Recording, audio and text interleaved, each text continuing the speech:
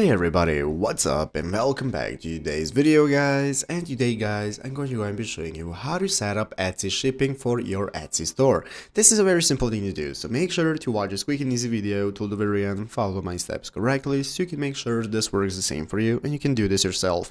But yeah guys, let's get straight into it. So first things first, we're going to go ahead and be opening up the official Etsy website right here, etsy.com. If you've not already, you want to go ahead and open it up. So after opening it up, you'll be greeted by the home page right here. This is the main page from where we can get started. In the upper right corner, first things first, we're going to log in. So if you do not already have an Etsy account, what you want to do is go ahead and create one. So after creating one, if you have one, just log in normally. So after logging in, you'll be greeted by the home page right here. So after logging in, now you'll be greeted by right here where you can browse all the products we can use. We can get started setting up our store and so on. And now we can get started setting up our shipping information for our store and our products. So how do you manage your store and create one if you do not already have a store? You do so by clicking the shop manager option right here in the upper right corner.